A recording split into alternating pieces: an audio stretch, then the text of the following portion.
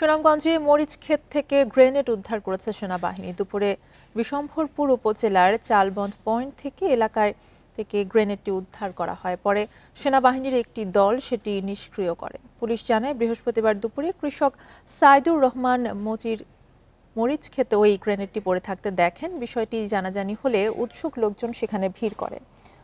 Bundle থাকলে প্রতি সেনমানিতে টাকা বাঁচবে।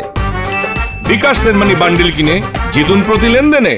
খবর পেয়ে পুলিশ ঘটনাস্থলে গিয়ে গ্রেনেড সদৃশ্য বস্তুটি দেখতে পায়। পরে সেনাবাহিনীকে ঘটনাটি জানানো হলে গ্রেনেডটি নিষ্ক্রিয় করা হয়। দ্বিতীয় বিশ্বযুদ্ধ এবং স্বাধীনতা যুদ্ধের সময়ে এই মডেলের গ্রেনেড ব্যবহৃত হতো।